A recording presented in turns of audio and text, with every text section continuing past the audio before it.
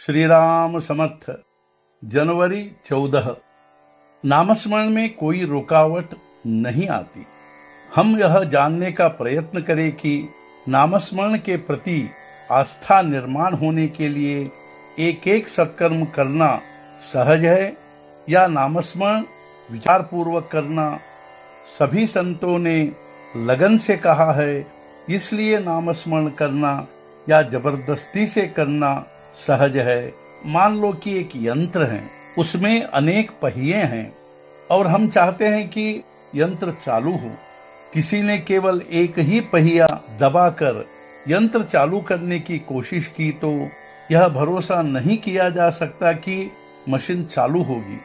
लेकिन सभी पहियों से संबंधित कोई बटन दबाया तो बिना किसी प्रयास या झिझक के मशीन चालू होगी। उसी प्रकार नामस्मरण की कल यदि दबाएंगे तो सत्कर्म के सभी चक्र, सभी पहिए बिना हिचक सहजता से शुरू होंगे। अतः यदि हम चाहते हैं कि हर हालत में और सहजता से हमारा नामस्मरण का कार्य प्रारंभ होना चाहिए, तो किसी भी ढंग से क्यों न हो नामस्मरण करना शुरू कर देना चाहिए। यदि नामस्मरण करने का हमारा इरादा दृढ़ होगा तो कोई भी रुकावट नहीं आ सकती। हमारा यह अनुभव होता है कि व्यवहार में यदि हम कोई काम भले असमर्थनीय क्यों न हो करने का निश्चय करते हैं तो वह कार्य सफल करके ही रुकते हैं। फिर नामस्मरण का निश्चय दृढ़ हो तो वह सफल क्यों नहीं होगा। चाहे कुछ भी करो, नामस्मरण के बिना कोई चारा ही नहीं है। और यदि कोई चारा ही नहीं है, यह हम निश्चय ही जानते हैं, तो नामस्मरण में विलंब क्यों, टाल मटोल क्यों। अतः कोई भी आशंका मन में निर्माण करने के बजाय नामस्मरण करते रहना ही सर्वोत्तम तथ्य है। फलतः ऐसा पछतावा हमें नहीं करना पड़ेगा कि हमने अपने जीवन का अनमोल समय बर्बाद किया। यह विश्व अनंत आकर्षणों से भरा हुआ है। इनमें से कुछ वस्तुएं देखने पर या केवल उनका वर्णन सुनने पर भी हमारे मन में लालसा निर्माण होती है।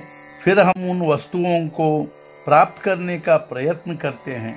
अतः हम भगवान से ऐसी प्रार्थना करें कि हे भगवान, मुझे सुंदर और मोहक वस्तुएं मत दिखा, क्योंकि मैं मोह जाल में अटक जाऊंगा और धोखा खाऊंगा।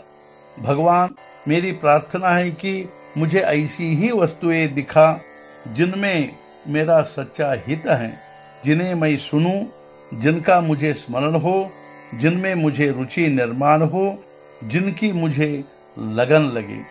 प्रहलाद, द्रौपदी जैसे भक्तों ने भगवान के पास क्या मांगा? जो उन्होंने मांगा वही हम मांगे। उन्होंने जैसी भगवान के प्रति निष्ठा रखी वैसी हम रखे। उनके मन में जो वैराग्य भावना थी वही अपने मन में निर्माण करने का प्रयत्न हमें करना चाहिए। जब हम प्रयत्न करेंगे तो गलतियां होंगी, लेकिन गलतियों के लिए हमें पछतावा होना चाहिए।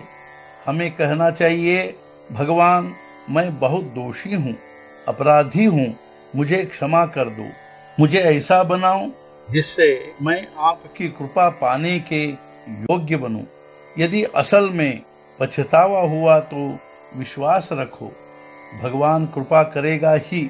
मुख में नाम, हाथों से गृहस्थी का काम और हृदय में समाधान रखना चाहिए। आज का मुख्य विचार, जो नामस्मरण करना प्रारंभ कर देता है उसके मन की बाहर भटकने की क्रिया धीरे धीरे कम होती जाती है। सद्गुरुनाथ महाराज की जय। जय जय रघुवीर समर्थ।